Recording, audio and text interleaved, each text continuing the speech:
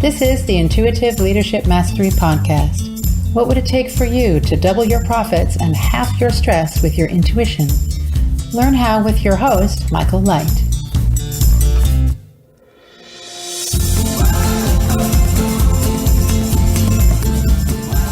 Hi, welcome back to the show. I'm here with Justice Bartlett, Transformational Ally. Welcome, Justice. Thank you.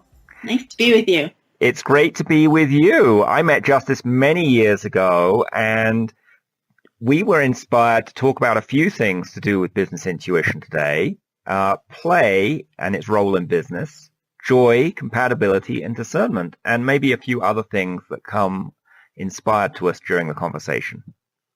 So you mentioned that you've been rebranding your business to be more focused on play. Yes, I recently changed the name of my business from EmBody Me to Playfully Conscious. Ah, okay.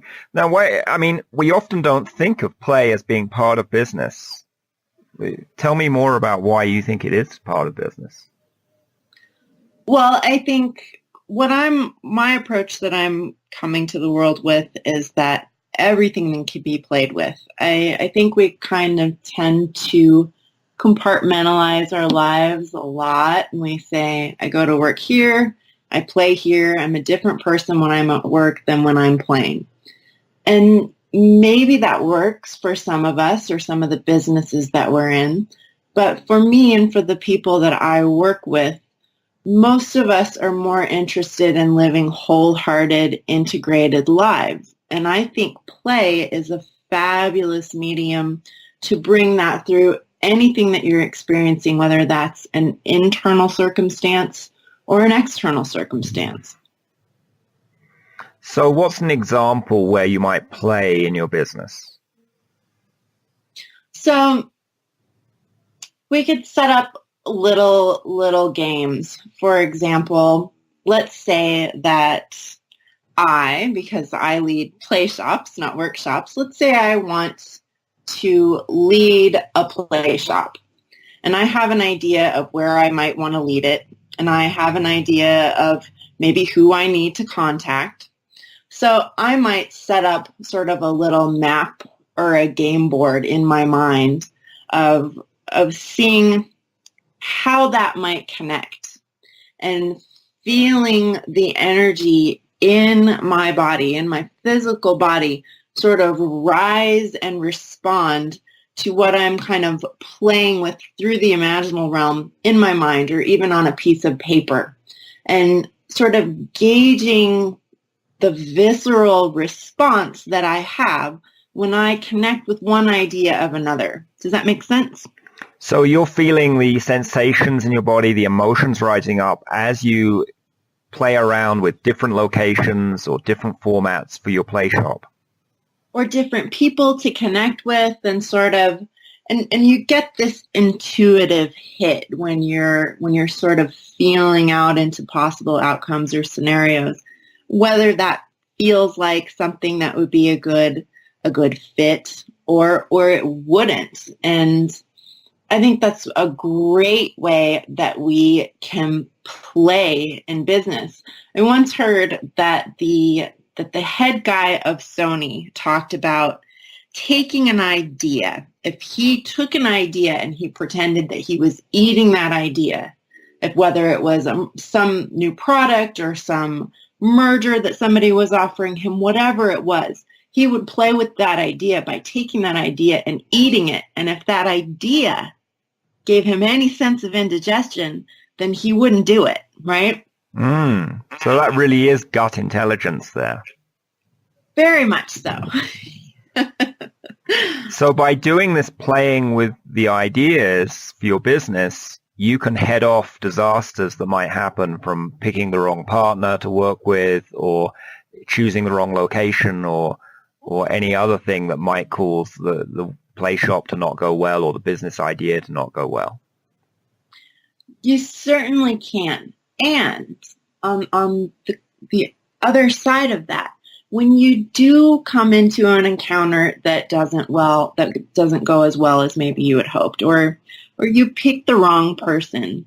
If you are approaching the situation from the idea that you can play with this energy that's coming up in you, you can play with the information that you have gathered through making this, let's call it a mistake for lack of a better word.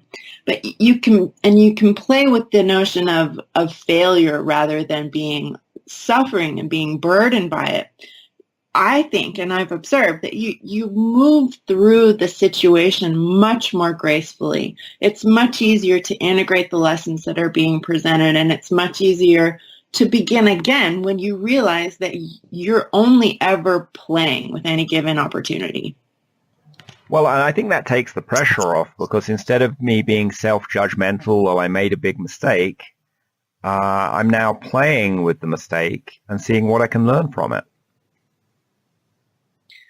Right. And doesn't that just create a sense of ease, even in imagining going forward with something? If you're imagining ahead of time that even if it doesn't go the way that you plan or that you think it should, that you can still play with whatever outcome is presented to you and you can have a valuable experience within that play, it's like, why not? Why not go for it? I love it because it makes everything more relaxed and easy. If I'm playing with different things, if my staff are playing with them, and, that doesn't mean we're going to play with chainsaws this afternoon, maybe we'll be juggling with balls instead, but it's just more fun. And therefore we're likely to be more creative, I think, too. Absolutely. Play and creativity go hand in hand.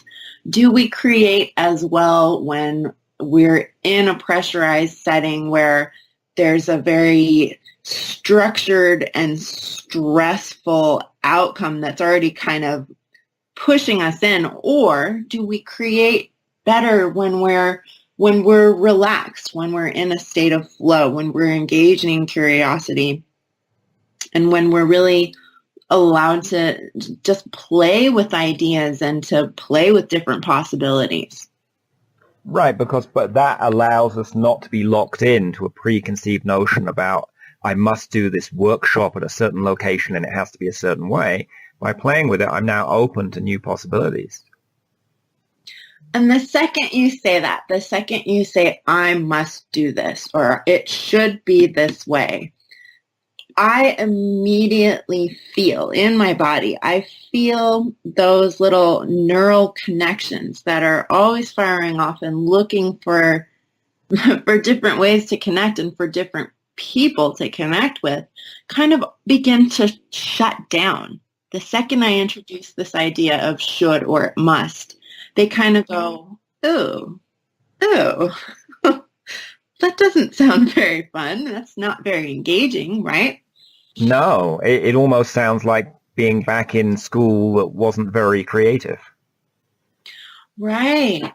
And I think maybe some of us are still dealing with that heavy conditioning and the compartmentalization that we had to endure as children, where you get up in the morning, right? And for most of us, you get up, you kind of hurry through your morning routines, you get on the bus, you go to school, you sit in a desk, you go from room to room, you're fed information, you're expected to regurgitate that information back. And then that kind of environment, it's from grade school to high school to college to very, very many people into their business settings. And so play doesn't seem like an element that can be introduced into a setting like that. It seems like it's something that has to be kept separately from that a completely different self might even be the only one who's allowed to engage in. Well, and often schools have separate times and spaces for play. And the modern schools now are beginning to be even more rigorous around their regulations around that. I know a child who went to a school recently where they're not even allowed to run because it's an insurance risk. The kids could get injured, right? So these limitations and then even that becomes structured play instead of free-flowing, creative, generating, entering into the imaginal room, either alone or together with a group, and just seeing what can be generated by that. That's how we bring new ideas and new worlds into being, right? That's where the imagination can create. I don't think we can create like under a strict you should create now. It's like hard to do. And it is hard, yeah. And thinking also of the unlearning that needs to be done around that school experience. I don't know about the school you went to, but the school I went to, there was a bell that rang at the end of every lesson. I mean, first of all, the assumption was the lessons had an exact time period. You know, you could only be creative in English or mathematics or French or whatever in this 1 hour time slot or whatever the time was. And then secondly, a bell rings and you're suddenly supposed to start doing something else. I mean, it's almost Pavlovian with those bells. Oh, sure. Absolutely. And what if your brain doesn't work at all in the way that they're presenting the material anyways? What if, you have an auditory lecturer and you're a physical learner? You're already having to push yourself into trying to structure your learning experience in a way that isn't really compatible with how you're already configured to best learn. So when you're saying play with a business idea, it may not be writing it on paper or speaking it out loud. It could be acting it out physically or some other way, whatever works for you. And I think that's a wonderful way to look at it, to acting it out, or to create a story, or even to first get a sense of generating a feeling about it, because we're feeling beings. And I think that's one of the things that really gets kind of turned off in the traditional school system that we're talking about. There is no part of our education that is teaching us how to deal with our feelings, or how to recognize an intuition, or how to even acknowledge when something gets our interest. And play is an absolutely crucial part of all of that, because it lets us know this feeling, this interest, this curiosity, this inquisition with this, this particular, branch of learning, be it science or math or art or whatever. It wants to be cultivated. It wants to be brought out into the world. But we're not really taught to pay attention to those things. Not only are we not taught it, I think we are told it is wrong to be that way. If you're too emotional in class, even if you're excited about the topic, you're probably told to be quiet.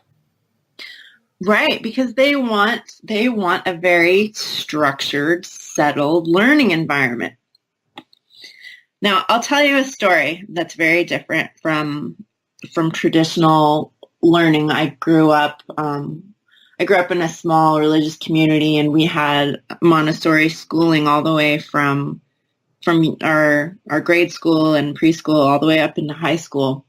And I had an 8th grade teacher who was an English teacher, and I have loved words since I was a baby. I mean, as soon as I could learn to speak, I've loved words. It's one of my favorite things to play with is our language. So we had this 8th grade teacher, little tiny lady, very, very cute, very fiery, very eccentric, like a classic Vata type in Ayurvedic medicine. And she was always late for class. And if she came in through the door, she would have to go by the principal's building, and everybody in the administrative office would see, oh, Miss Howard's late again. So she would climb through the window of our class when she was running late for class. And on multiple occasions when it was nice outside, she let us all climb back out that same window. And I'm talking a small class. There was maybe 8 of us in this class. But she'd let us climb out the window and follow her out. And we'd go lay out in a field and read Shakespeare. We're reading A Midsummer Night's Dream, and we're literally laying in this field of like spring flowers.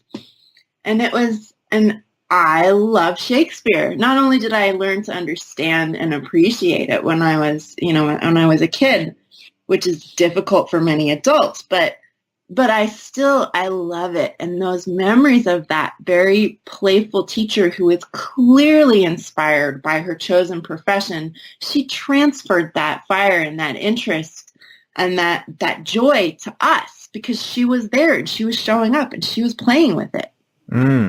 So if we could take that into our businesses and have that passion and that ability to encourage people to think out of the box and to be creative and to get passionate about the work that they're doing in the business, just think what that could do for the success and enjoyment of everyone involved. It's a different world when we take it there, isn't it? Mm-hmm. I love the idea that genius isn't like your IQ points. It is your own individual inherent creative essence. And when that genius, when any one individual is really encouraged and allowed to explore and express their own genius, it's totally possible to live in a world full of geniuses, full of creative geniuses who are all communicating and collaborating to make changes or to innovate or just to communicate new ideas across the globe without a sense of competition as well. Play is really so much more collaborative than many more of our current business models seem to be. When you said your own genius, what the word that occurred to me is my inner genie, which is one way to think of our higher self or intuition. It's there on demand. Anytime you want to listen, make requests, your inner genie or your intuition is there to help you out. I love that. Yeah, let that baby out of the bottle. It wants to come out of the bottle. It's just been stuffed in there by all the programming that we've received in schools and parents and other jobs we've done and all kinds of interactions we've had with other organizations. Yeah, it's not a very creative, friendly world. It seems like... Well, what would it take to make the world creative and friendly? I think the really first step is allowing, as individuals, as entrepreneurs, as parents, that we take it upon us to get to know our feelings. And to use those when we're creating things in business.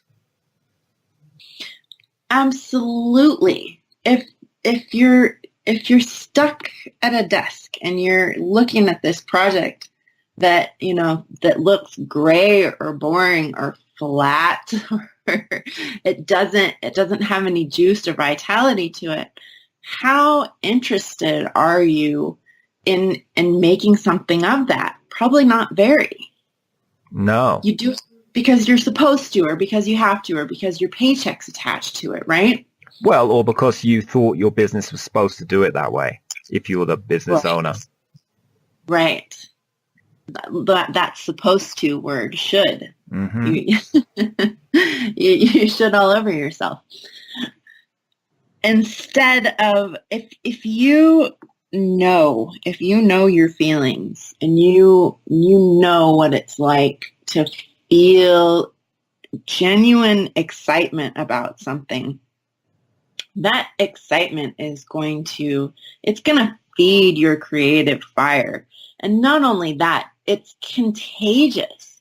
If you have the choice of listening to somebody present about a business idea it's a PowerPoint presentation, it's been structured in the way, it's got the graphs and the numbers and everything else, and it's done exactly as it's supposed to be done.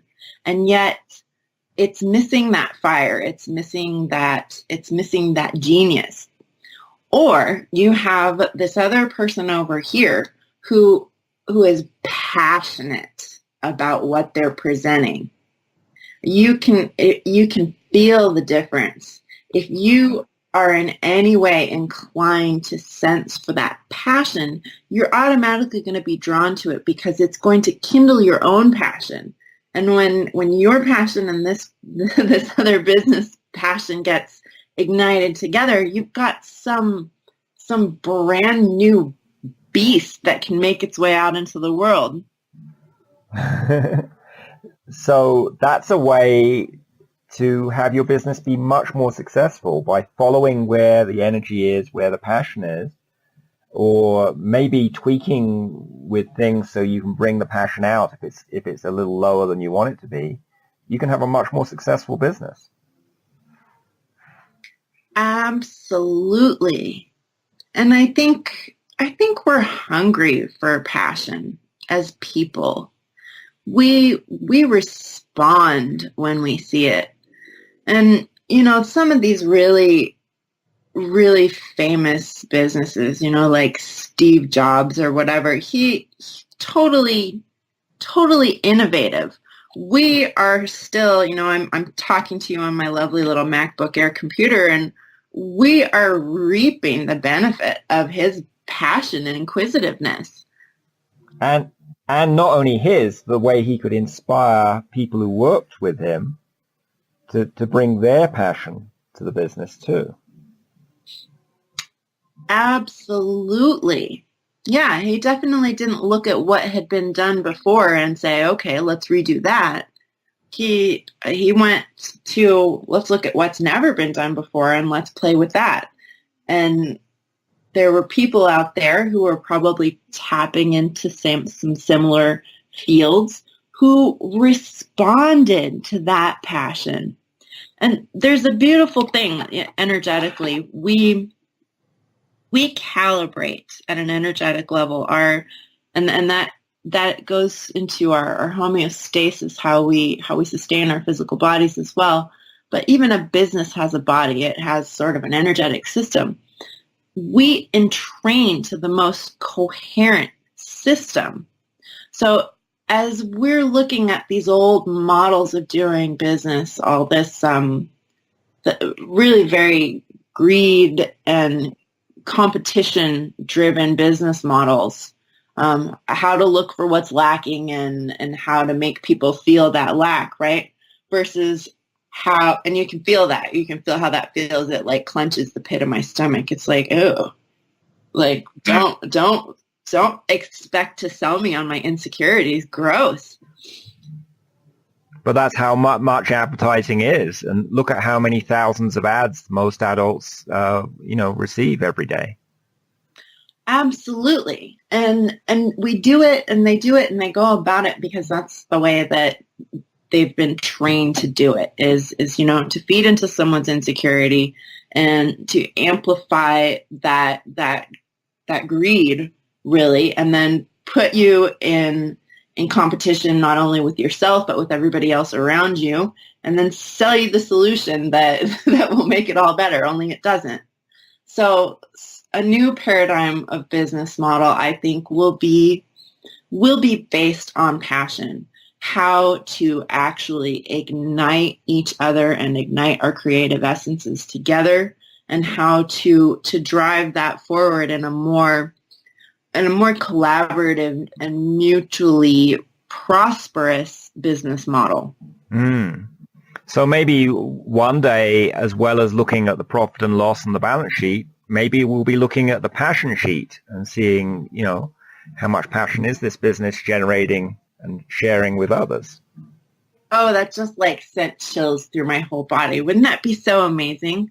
It would, because it would help us focus on the areas of the business that need to grow because they're full of excitement and energy, and the areas that need to contract because they're kind of boring and struggleful. That is brilliant. And that would be a completely different kind of way for a CEO to head up their business, is to take surveys on the employees. How engaged do you feel with your work? How passionate do you feel about the current projects that you're invested in? How would you rate your level of happiness and satisfaction on any given day? And what can we do to support your creative environment so that you can bring more of your own genius to the table? That is a dream worth creating. Well, Mr. Business Mastermind, I believe we're at the front of that, because it's very clear that the old models of doing business, those structures are beginning to crumble, and they're not sustainable. They're not sustainable amongst us as human beings, as communities, and they're not sustainable for the planet. Well, that's one of the reasons I wrote the book on intuitive leadership, because I think, first of all, for businesses to succeed now, you've got to use your intuition and use it openly. And secondly, if all the business people use their intuition, they're going to make much smarter decisions for their business and for the planet. That gut intelligence, right? Yeah. There are actually more neurotransmitters in our gut than there are in our brain. You know, there's actually more of the raw building blocks of brain matter down there in the gut. That's why if you get punched in the gut, I forget what they call that in boxing, but it can knock someone out. Yeah. It's not like being punched in the arm or leg. You get punched in the gut, it can actually knock you out because that has zapped out that part of your intelligence. Yeah, absolutely.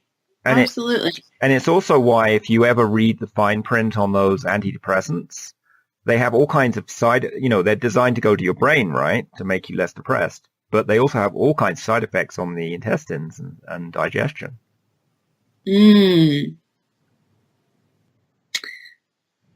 And it's really, if you, our gut, with it being more of we're a micro biome rather than single organisms. We're a microcosm of organisms, right?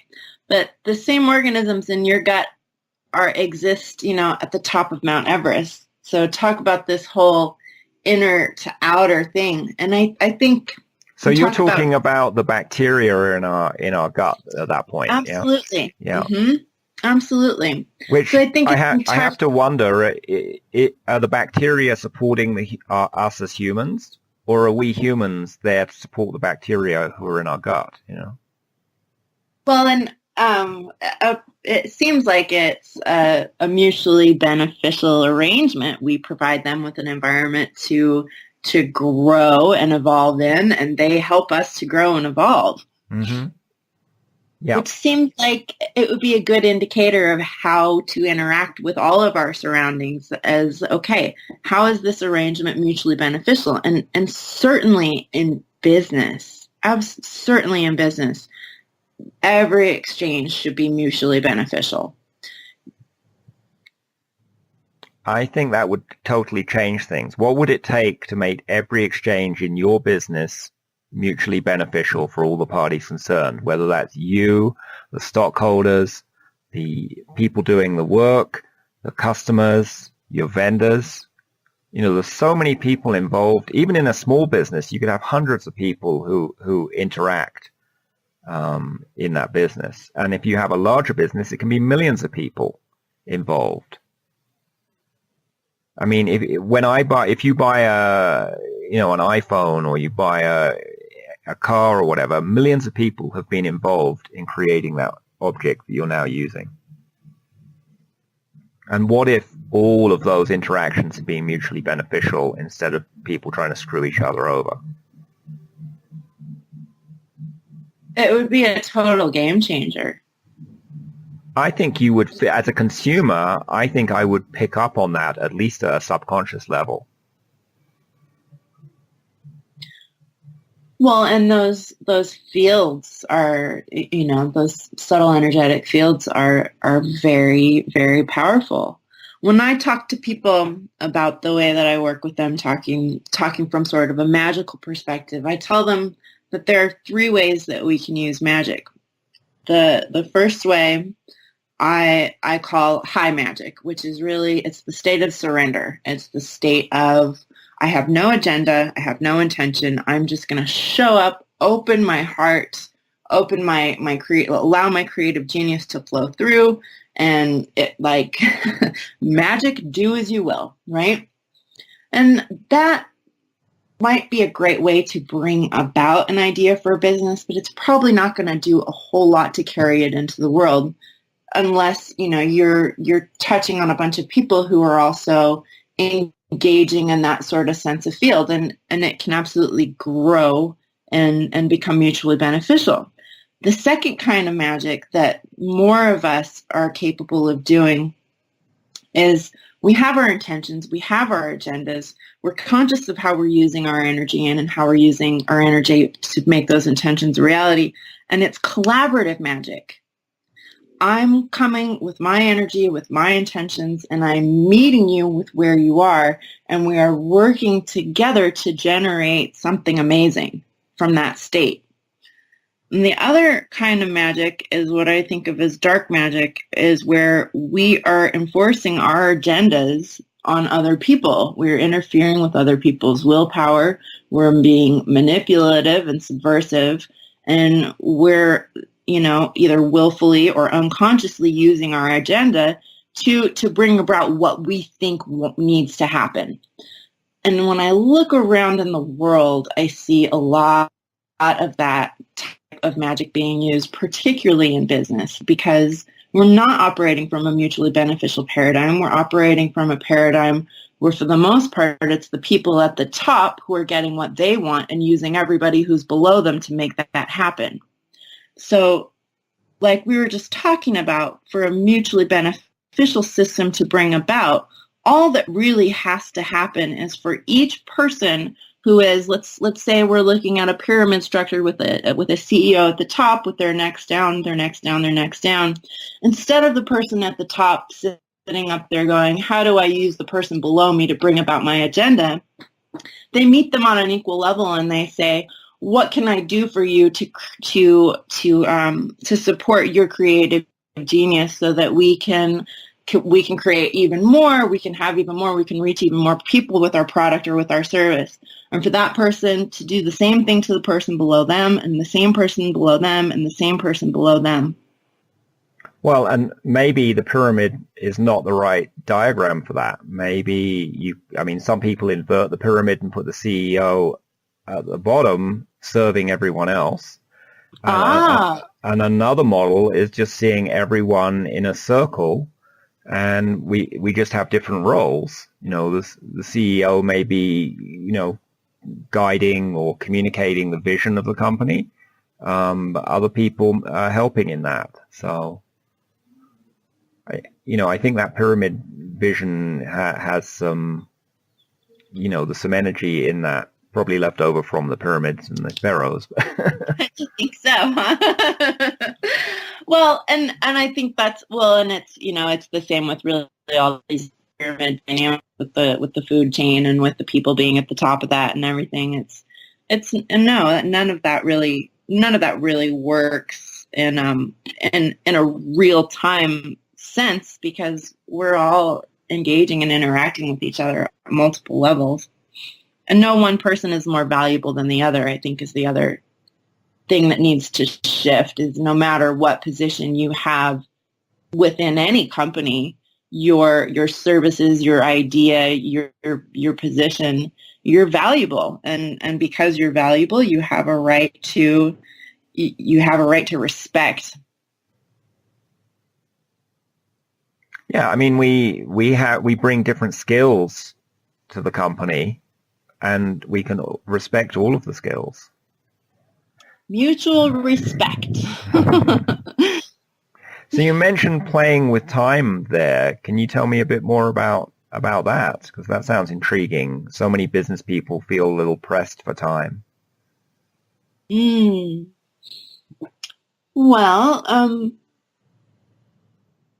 I like to, instead of seeing time as a linear construct, which feels like there's a timeline going out in front of me, and in front of me is the future, and behind me is the past, and it's always receding. The past is always it's always getting back there, and whatever I'm putting in my goal sphere out into the future is always it's always kind of out ahead of me, but within, the way that life functions, there's always things that are cropping up that need to be tended to between me and those goals. So a more spherical approach to time is you take that timeline and you wrap it around you like a circle. So you have access to the future, to the current time, and to the past, and it's all kind of orbiting around you, so to speak. So when you place a goal for yourself, you place it in orbit around you, and you pay attention to your alignment and your position within that orbit with that goal. And then maybe using that time even more so as a container, it becomes clearer to you when things arise, like looking like asteroid belts sort of in between you and the direct experience of that goal. And then you can use your discernment. Is this something that really needs my time and attention right now? Or is this just debris that's sort of coming up for me to decide, okay, I need to clear this off my table and focus more directly and clearly on what I want to accomplish here? So do you feel less stressed around time when you look at it that way? Absolutely. Because it's not, and it's something when you feel like you've missed something maybe. So now something that you wanted to have the experience of in your future doesn't happen and it goes into your past.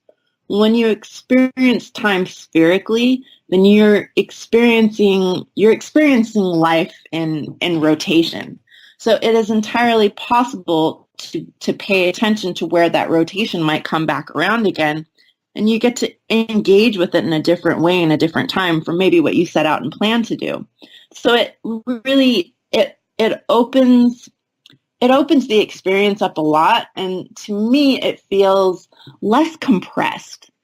And what I notice is that I will sort of set feelings more than specific goals. I'll say, okay, I'm having this feeling, I'm having this sort of growth of creativity in myself. And I'm knowing that for that really to come to full fruition, I would like to be sharing that. So I set the intention for this feeling that's been growing inside of me to have the opportunity for a state of expression, right? And I'm kind of paying attention to my timeline sphere. And then all of a sudden someone pops up who is like, okay, I have a scene or I have a setting for you to bring this creation that you've been feeling into. And it's more like, there's this, like these rings that are all kind of rotating with each other because this person is in their own time sphere and they're paying attention to their own sort of energy and their goals and intentions. And then all of a sudden one day, it's like those rings intersect and we create this new moment through this new collaboration that's going to then be mutually beneficial for both of us as well. Does that make sense? So you're not so much scheduling activities during the day, you're scheduling the emotions you want to feel in this time circle. So. Yeah, more so. Sort of setting out the feelings and the desired states to be generated.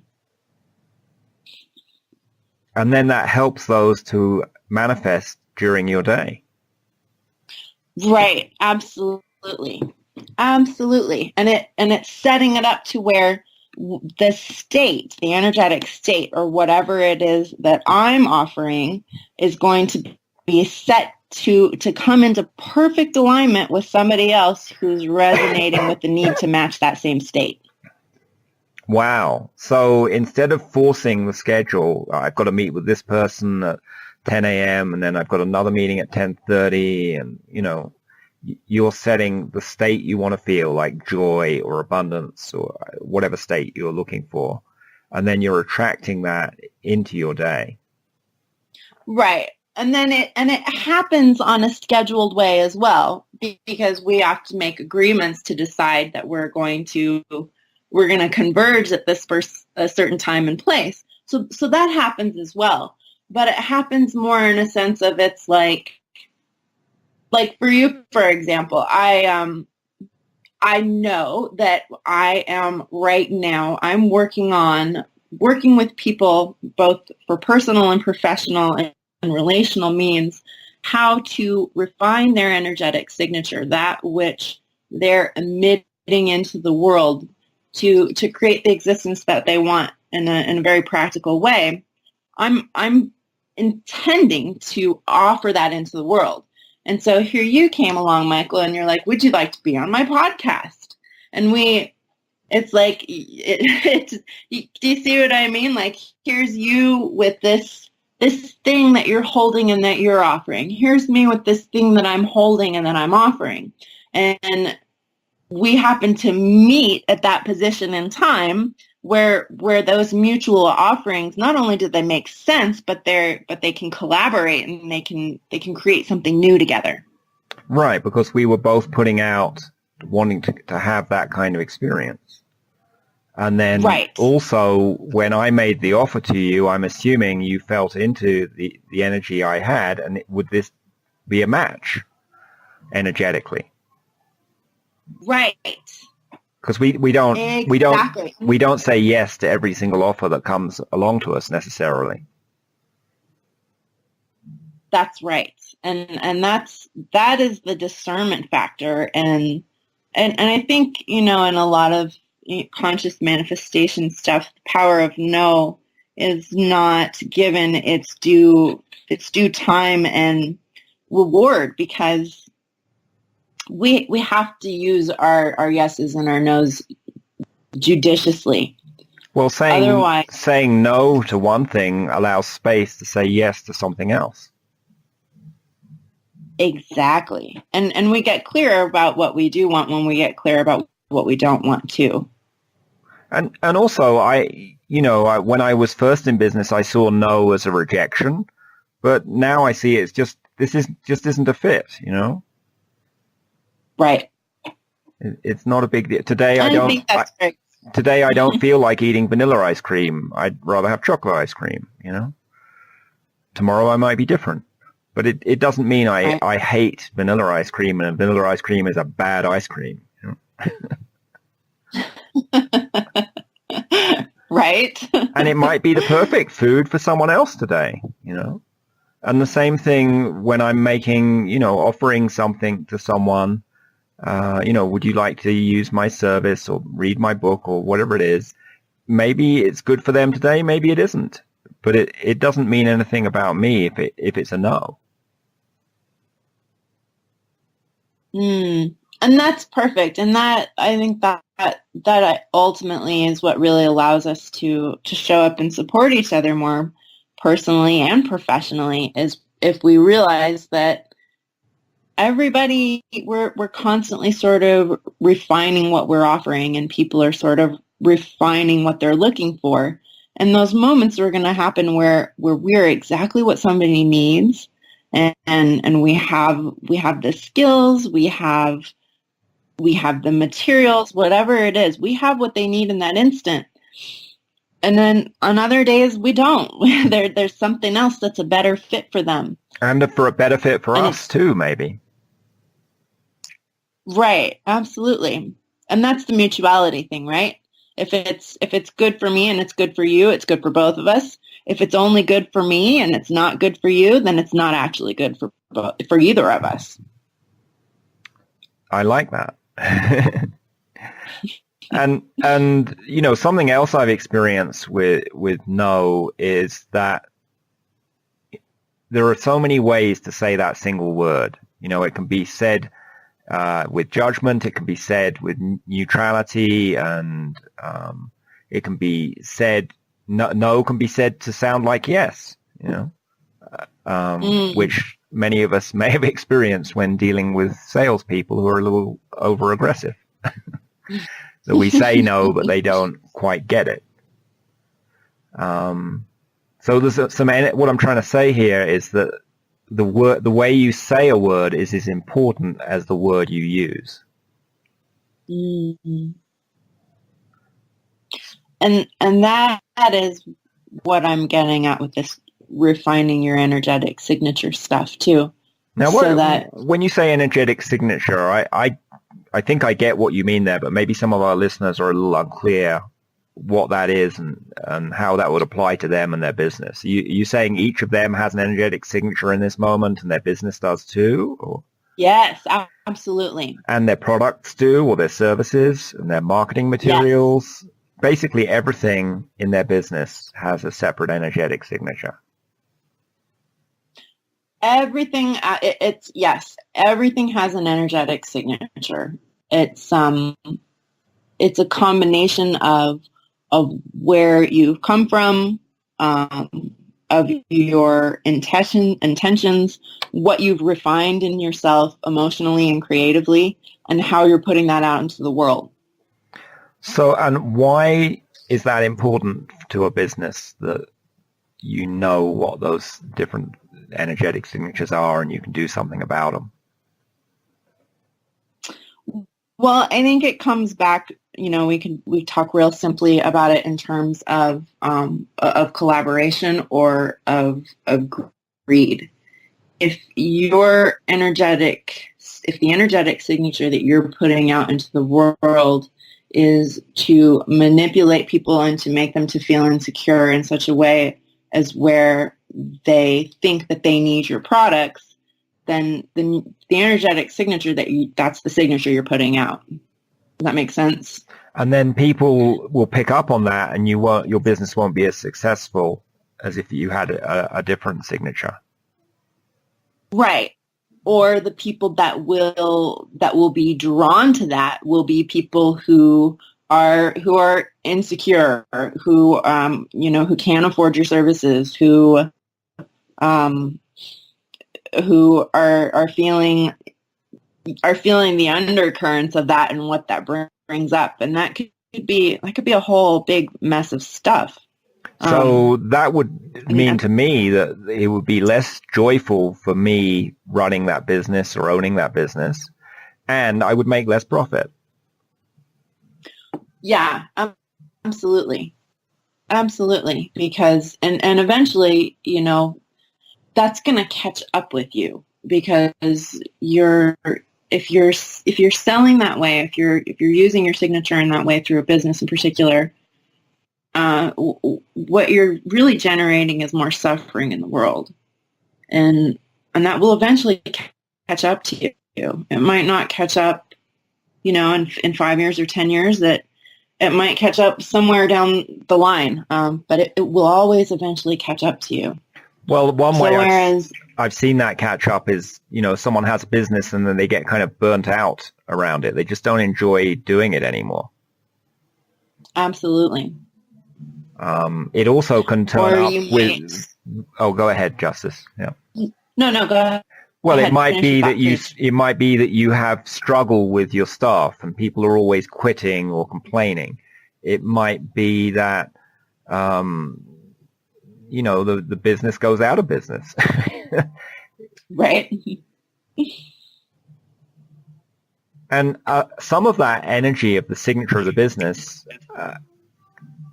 in a traditional business, that comes from the founder. And yes, that's often why when a business that is a family business goes to another generation, it doesn't always succeed at that point, because the energy has shifted.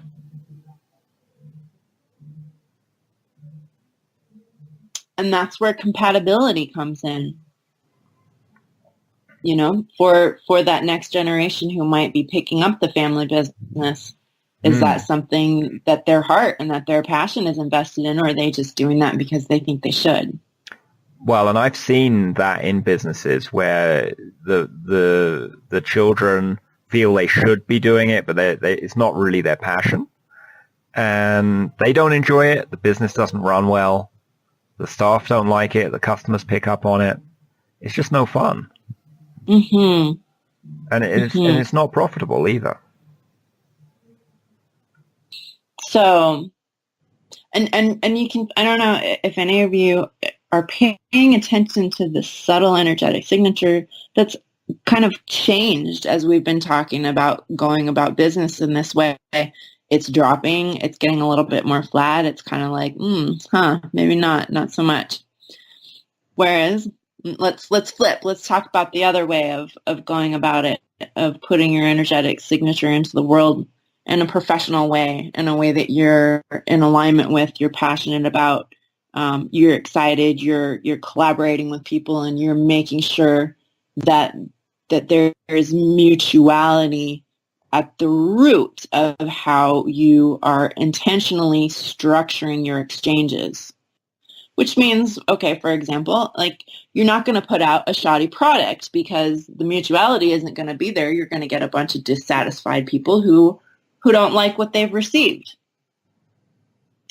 So if you're generating a physical product, then you're checking for the quality of that. The quality of yourself becomes an aspect of that manifestation of that product. Mm. So are you saying that we as business people can learn to feel our own energetic signature, feel it in other people, and also pick it up, how the energy signature of the whole business or any part of the business is? Absolutely.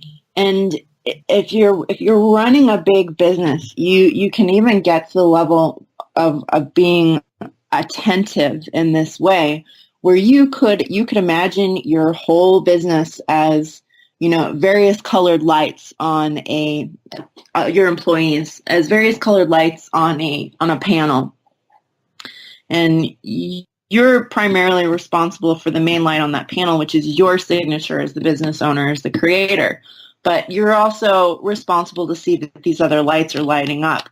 And what you can get to do is you can get to the level where you notice, okay, I'm lighting up, these people are lighting up, this light over here isn't lighting up. And then you can attune to your employees in your business and look for, okay, who is it that's not lighting up on the control panel, because that's affecting the quality and the function of the whole panel. So, one way I access that information is I imagine all the people involved in the business are sitting in a circle in chairs, and then I visualize, what do I notice with each of the people? Are there any that, they're nodding off to sleep, or maybe their body is missing their feet because they're not grounded, or there's something else strange, or they're not just looking at the same focus. So I find that that's one way to access that information. And then when I've accessed that information, I also, if I choose to, I might do some magic by sending light into the circle to help everyone focus.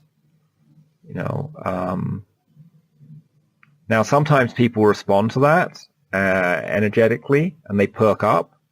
Other times they don't, and there's something going on and there needs to be a conversation, or that we need to part ways. Right. Maybe they were a fit for the business before, but they're not a fit now. Right. Or maybe I just wasn't so good at hiring when I hired them, Right. So when you said compatibility in a business, is that what you're talking about, that people's energetically are compatible and going in the same direction, or is there something else you're meaning by compatibility? I think that's definitely a big part of it. Yeah. Are people going in the same direction? Are they able to communicate, to collaborate? If you're looking for, say, to be in partnership with somebody, I think this is a really key important thing is noticing your own signature when you're around that person. They might have great ideas. It might seem like your work blends well together, like you have products that are compatible or whatever. And yet, if you notice that when you are around that person that you feel unsettled for some reason, and you may not be able to even put your finger on that, that's a pretty good indication that the compatibility isn't there for partnership at any level. You can play that game in in romantic partnership as well as in business partnership. But to really pay attention to the feelings and to the signals in your body, and to be clear, like, okay, what might I be projecting on them versus what am I noticing about how our energy actually can work together, or how it repels against each other. And if in any way, you're trying to work together in a partnership with somebody and you have repellent energy between the two of you, that's going to wind up repelling customers in future endeavors as well. So it's very important who you decide to hire, who your business partners are, who you joint venture with, who your vendors are, to have that be compatible for a successful and joyful business. Absolutely. And can you, and here's the thing, can you push any of these things through? You absolutely can, but there's always going to be a cost. So like you said, the cost might be that you go along and you do so well for a number of time, and then the numbers start to drop. If you're hosting events, people stop showing up to those events because we sense these subtle signatures, and we are all really at a very core level. We're trying to choose more harmonious experiences to amp up that level of harmony in our own life. So if you're in a business venture with somebody and the energy between you is repellent or discordant, then the people who are coming to you will sense that. They will get a sense of that, and they might not even know consciously what it is that they're sensing. They'll just know they don't want to be a part of it, and then your numbers will drop or your services will decline. Or you may have health issues turn up because you're stuffing down this repellent energy and storing it in parts of your body. Yeah, there's a big one. So when I think of this, I get two things that come to me. I've got a potential person I could be working with in one of these roles, hiring or partnering or as a customer or vendor, whatever the role is.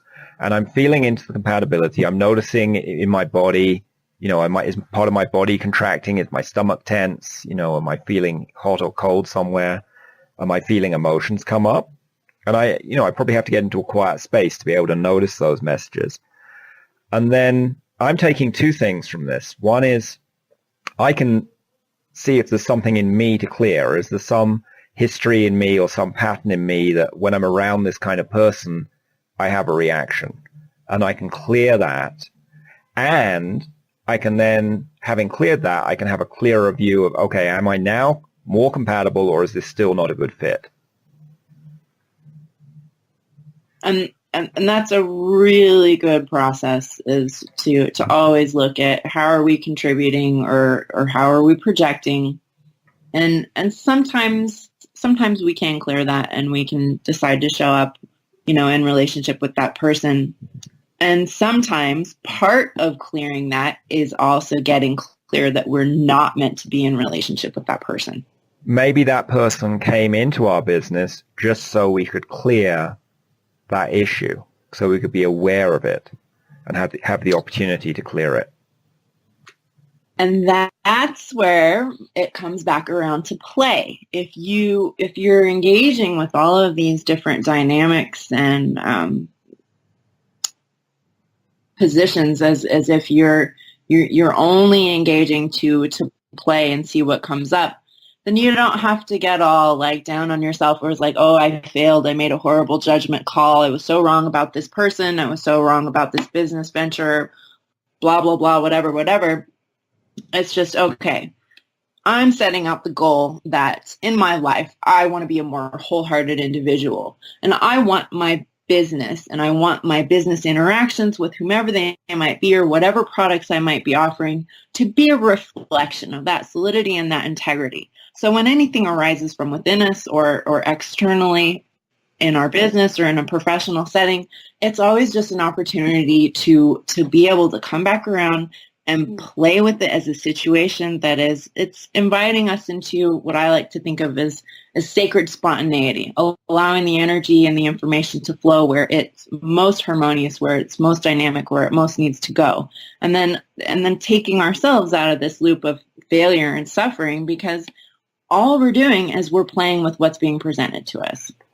And by using these methods of our intuition and feeling the energy signature, instead of juggling with chainsaws, we're looking at photos of chainsaws to decide if they're compatible or not. Right. So the play is a lot safer. Absolutely. That's great. Photos of chainsaws instead of the chainsaws themselves. Yeah, yes. Because when I access information intuitively about whether to hire someone versus hiring them and they screwing around in my business for a year and having lots of drama, and I still get the learning and clearing, or the opportunity to learn and clear, but I may end up with a lot more blood on my hands from the chainsaws. Right. And I think most of us in these situations, whether it's professional or it's, a personal relational thing, if we think back and we think into, we feel into our bodies and the information that was being presented us, and we notice there will almost always be signals, and we can either choose to investigate those signals or ignore them. And when we choose to investigate those signals, then yeah, we have the opportunity to use our intuition to head off more drama, and it gives us more energy, more time to play. And, so many of us in business have an addiction to drama and struggle. There's almost this view that it's supposed to be full of drama and suffering, otherwise it's not a real business. Yeah, whoever made that rule up, they need to be fired. Yeah, business doesn't have to be full of politics, in office politics and drama. It can be around cooperation and joy. It can be about ease and abundance, not struggle and scarcity. It can be about flow and not rigidity. Yeah, absolutely. Well, and it can be about, meeting each other, seeing each other and meeting our needs instead of marginalizing any individuals or groups within the business. Well, so much of human experience is around top dog, bottom dog. The obvious example is gender, but religion, schooling, there are many ways people pretend that someone's better than someone else. Right. And it's not very generative. It's not very creative. It kind of shuts down the group energy for creating as much as it could create. It definitely does that. And I think, when I look at the sort of the condition of our world, that is what I see as the biggest issue, is this sort of subversiveness of our all over creativity. And the Greeks believed that we all have this, they call it the daemon. It's your creative essence and energy. And if you are giving that creative essence voice and space to do what it wants to do, to create, to really, at a very primal level, to bring your own energetic signature into the world through your gifts and through your products, through your services, through your art, through your skills, whatever, then we live in, then people are prosperous and healthy. And if we suppress and subvert that, then that energy becomes demonic, in the sense that energy becomes destructive and disruptive, discordant, and involved in that, I think, is some of the greed and some of the sort of suppression of our creative essence as divine beings. So taking that into business, it once again, it behooves all of us to encourage this mutuality and to encourage each other's passion and creativity. Because everyone then wins. Everyone. Yeah. You as the leader of the business win. Everyone who works with you wins. Everyone who's using your products or services wins. the planet wins. It's a multi-dimensional win-win. Yeah. Win, win, win, win, win, win, win. Yeah. So you've mentioned the word discernment several times, and is that different from having a judgment about something? I'm wondering why you use that particular word. I think so. To me, discernment, most simply put, is the effective use of yes and no. I don't necessarily need to judge something to say yes or no to it. So discernment is making a choice. Judgment is making something good or bad, something's top dog or bottom dog. Right. That's how I experience it. Mm-hmm. Discernment has a fluidity, and it can arise. A yes can arise in a moment, and a no can arise in a moment. And it's really the difference between saying, like you were saying, like, okay, today I want chocolate cake, and to me, chocolate cake is a huge yes, yes, yes, yes, yes, yes, chocolate cake, and and the fluidity. And I don't say chocolate cake is great. I don't say it's it's today I want cake, and a no would be, okay, tomorrow I don't want chocolate cake. And it doesn't change, the quality of what cake is, right? It's just today I want to say yes to it, and tomorrow I want to say no to it. And I think in business, it's the use of effective discernment is really only saying yes to things that we get that full, wholehearted, intuitive, body enlivened yes to. And noticing when we don't have that visceral response, then that can encode for a no. It's not a passionately engaging opportunity. I think that is very important. And, I've said that around hiring. If it's not a hell yes, to phrase it a different way, if it's just a maybe, or perhaps they would be a fit later, or if it's like a definitely not, any of those flavors that are not hell yes, a passionate yes, are a no when it comes to hiring. And I think you're saying that can apply to every decision in business. If you're not feeling that passionate yes, then take it as a no. It's a no for now. Mm-hmm.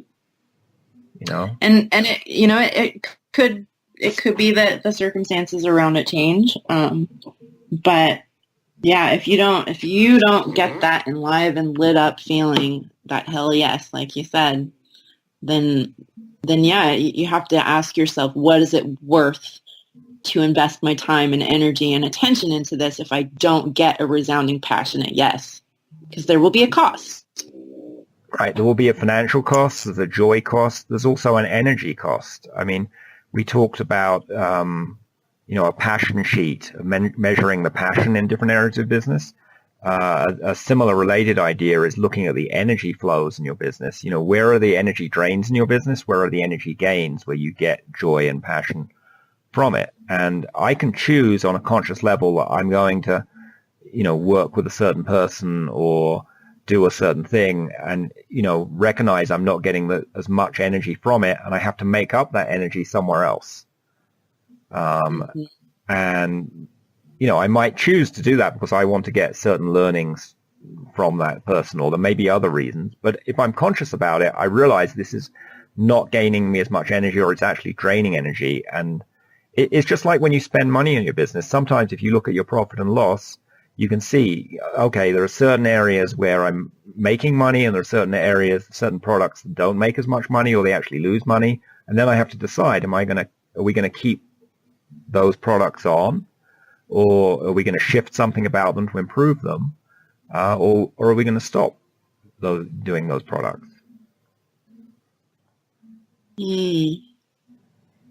So, and like you mentioned before, I think this is a useful thing to bring back up again too, with your health, because the costs can come out in your physical well-being. If the energy that it takes to run a project that you're not fully passionate about, or to keep going with a product that's not giving you a viable return, is there going to be a physical toll on your energy because you have this energy, you have so much of it. It's much more replenished by doing things that you're wholeheartedly and joyfully participating in than by things that you're kind of just sort of half-ass dragging your feet through. Or working with people who are a joy to work with versus someone who is a drag to work with. Absolutely, because that can physically drag the energy out of you as well. And there are different types of constitutions, and I think this is something to pay attention to. Certain constitutions are very hardy, and they can run, and they can push, and they can push, and they can push, and they won't see much of a physical depletion from it. But eventually, with these types of constitutions, is if they push enough out of themselves, they will get to the point where they collapse. And then the collapse for those types of people is a lot more serious than for the types of people who tend to get more cold, whose immune system sort of operates in their environment in such a way as where it gives them feedback as where, okay, you need to take a break now, and they'll not feel so well and they'll have to stop and tend to themselves. So knowing what kind of person you are and what kind of constitution you have energetically will also help you to manage that energy and navigating your business endeavors, because at the root of your business being healthy is you being healthy first and primarily. You being healthy and happy, and to add another H in there, holy, though maybe spiritual is a better word for it. Yeah, absolutely.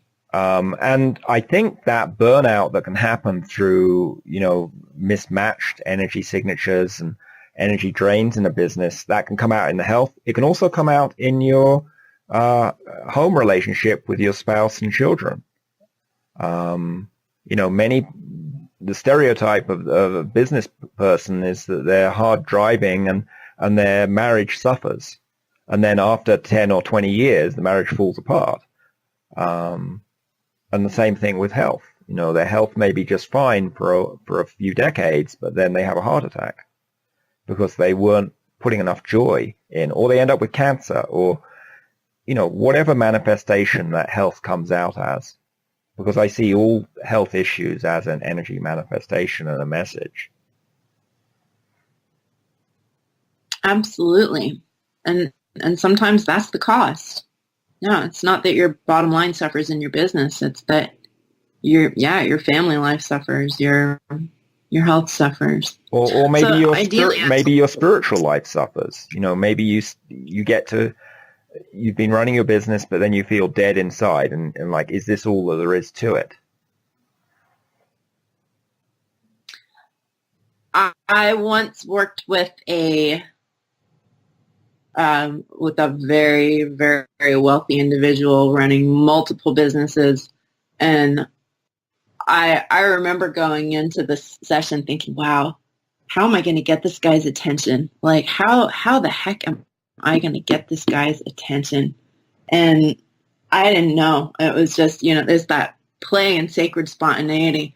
And so, and he sits down in front of me and he's just exuding importantness, just totally he's so, I was like, oh my.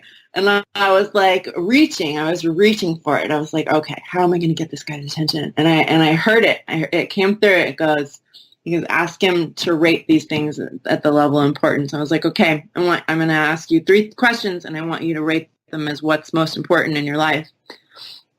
And I was like, and I was like, spirituality, family, and business. And he was like, well, and he stopped his eyes, like he did the blinky thing, like he was trying to recalibrate. And he was like, well, he's like, I guess my spirituality is the most important thing. And next my family, and then comes the business. I was like, okay, great. I was like, so are you conducting your life in such a way where those values are reflected in the way that you are showing up? And he was like, nope. A painful realization, perhaps. Yeah. Well, I managed to get his attention. Well, better that you got his attention and he had a few moments of pain as he realized his values were not reflected in where he spent his energy and time versus, he ends up with a heart attack or he ends up feeling empty or his marriage falls apart. Right. Exactly. And that's what we did. We took his priorities and we reorganized them. We restructured them, and he reorganized his life in such ways where he made those a priority. And part of his spirituality that he discovered was taking time out. He was in a financial position. He was like, well, I'm going to start by just getting a massage every day. He's like, I'm going to start my day by having a meditation and getting a massage. I was like, oh, I want that life. and then it was check in with his family and then tend to his business activities. But and then how did his business go after he made this adjustment? It flowed even smoother. People that he was having issues with, those issues kind of resolved themselves because he was showing up within a coherently organized value system that reflected his values. So he was able to show up more fully in every area of his life. I love it. So I hear you're writing a book, Justice. I am. It's called Revealing Justice from Meth to Magic. Wow. And yeah. I'm beaming right now just for to share. It's my personal story about kind of coming into the world and with my own consciousness kind of fairly intact and what I observed as a child and some spiritual experiences that I had and the community I grew up in, and then how I forayed into a toxic relationship with substances and with other individuals, and became a young mother and lived through that and through all of the ups and downs and ins and outs, and came out on the other side to become a healer and a magician and a playfully conscious conductor and practitioner. Wow. What a journey. Yeah. It has been quite a journey. Quite a story, too. Yeah, I'm looking forward to reading it. Oh, thank you. Yeah. So in the process of writing this book, have you, had any new realizations or insights? What's happened, because I did I did kind of a healing bomb, really. What happened, I came out from using 7 years of meth use on and off to coming back and getting reconnected with my father, who's a healer, his work, Matrix Energetics, and working with some hypnotherapists, and just right straight into the healing journey, right? And then I began teaching within a year or two of kind of having left that life behind. So what I've noticed, it's almost like the healing, it sort of kind of travels forward in waves. And it took me a number of years to get all of this story out of myself, because it's very personal. It's very revealing. So what I've noticed in looking back through it, like I'll write a story maybe that I'll have put down a couple of years ago, and I'll have gone back through it more recently, and my tone softens. And what I keep noticing is my tone around myself and around all of those experiences, it just continues to soften, and everything that I picked up seems to be just integrating more and more deeply. Self-compassion. Absolutely. And I think as far as my work goes, because I sit in space with people and they open up very private experiences and share them, is because I've done that excavating in myself. I can hold that space with other people. Mm-hmm. Been my greatest education to this date.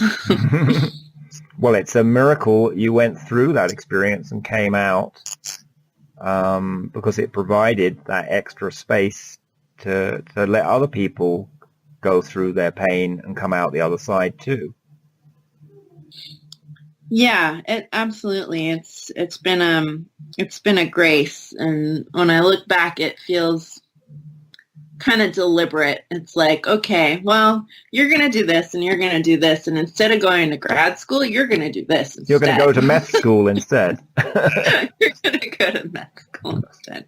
Exactly. It's a bit like med school, but it's slightly different. You know? Yeah, slightly different. Slightly darker, you know. Yeah, slightly darker. Med students come out and can like physically take someone apart and put them back together. Meth students go out and, and I came out with the ability to psychically take somebody apart and put them back together. But I would recommend listeners don't necessarily try this at home. No, there's a lot of negative side effects to these things.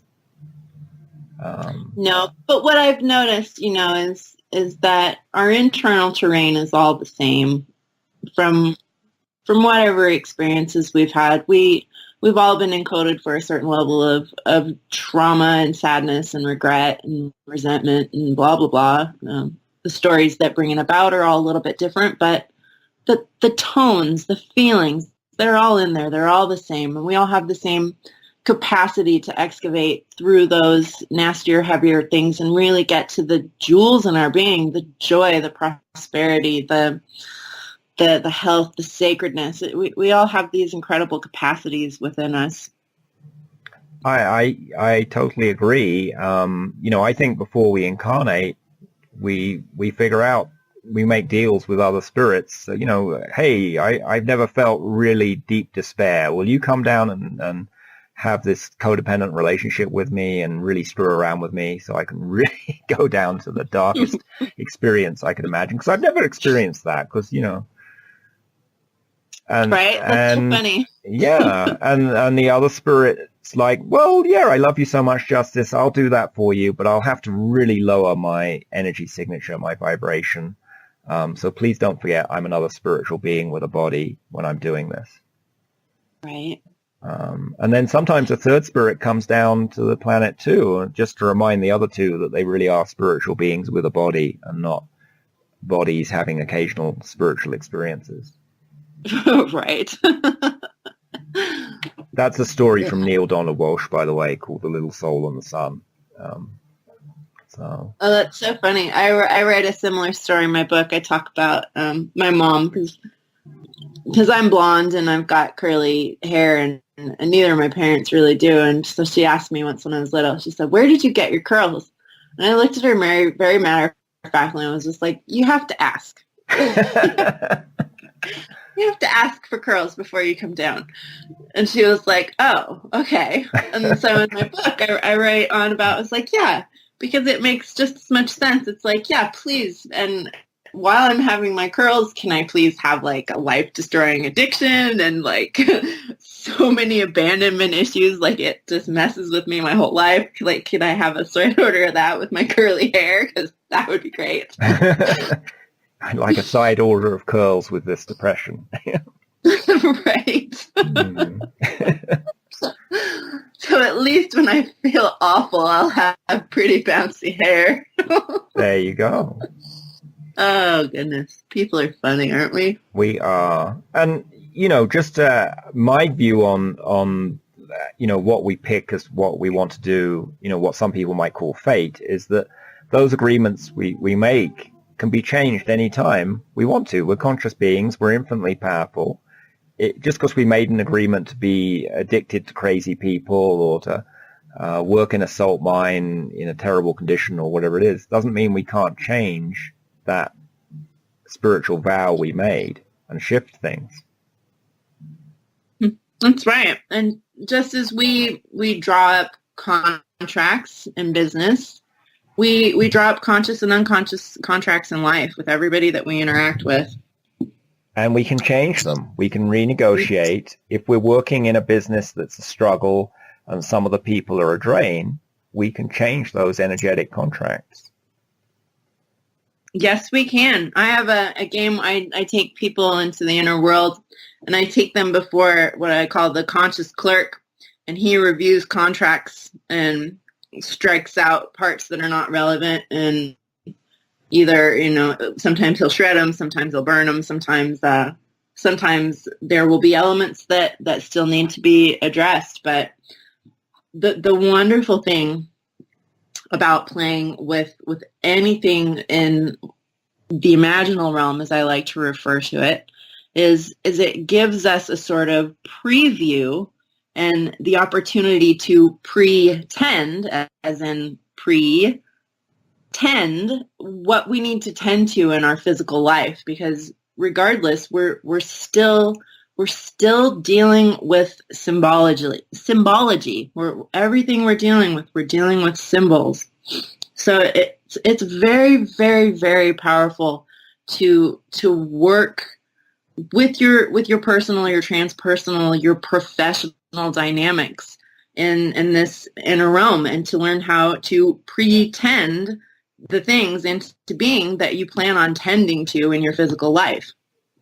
I love that idea, and my view is that business, as well as a way of making a living and creating wonderful products and services and changing things in the world, business is also a way to grow spiritually if we take that on.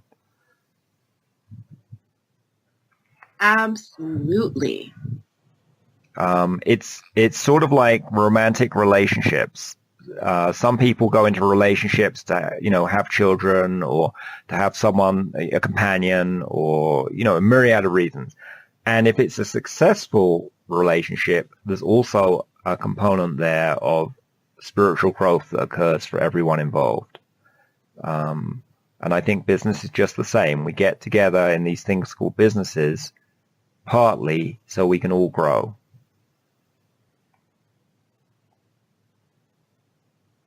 Makes sense. So, everything can be an opportunity for spiritual growth, even traffic, right?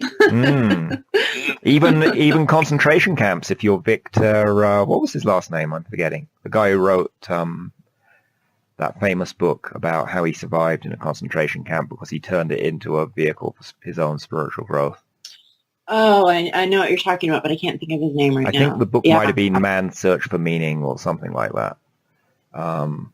But even while people around him were suffering and dying, and he was, suffering, he was experiencing things that were painful or not nice, he managed to see the spiritual growth angle in it. And that's why one of the reasons I think he survived, whereas many of his people with him didn't. Now, business isn't quite as bad as a concentration camp, or at least I hope your business isn't as bad as a concentration camp. And we can still come with it with that attitude. I'm going to grow from this. I'm going to shift myself, and I'm going to shift how my reality is. And I'm going to hold that. I'm going to pretend the intention I have to make it better.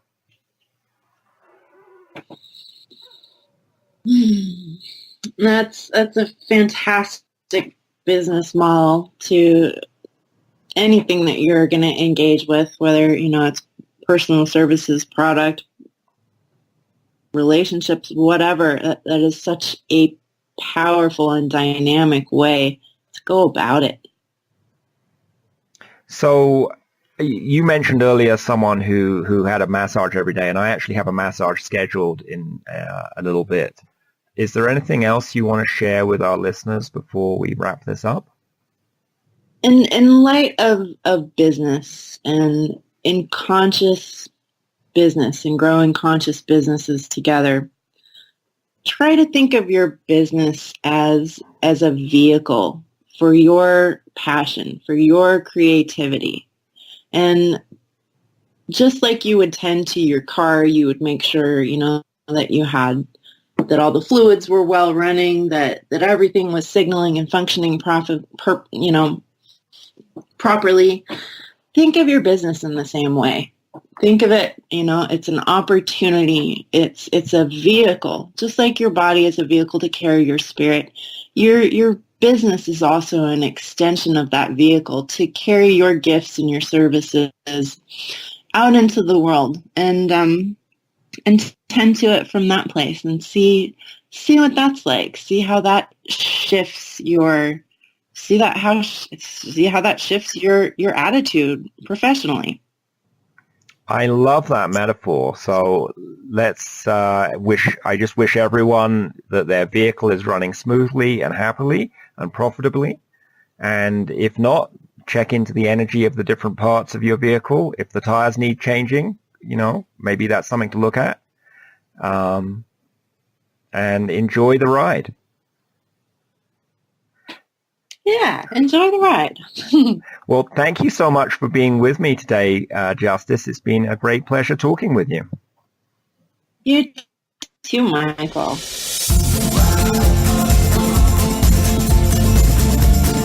Get strategies and show notes at intuitiveleadershipmastery.com. What would it take to see you here next time on the Intuitive Leadership Mastery Podcast?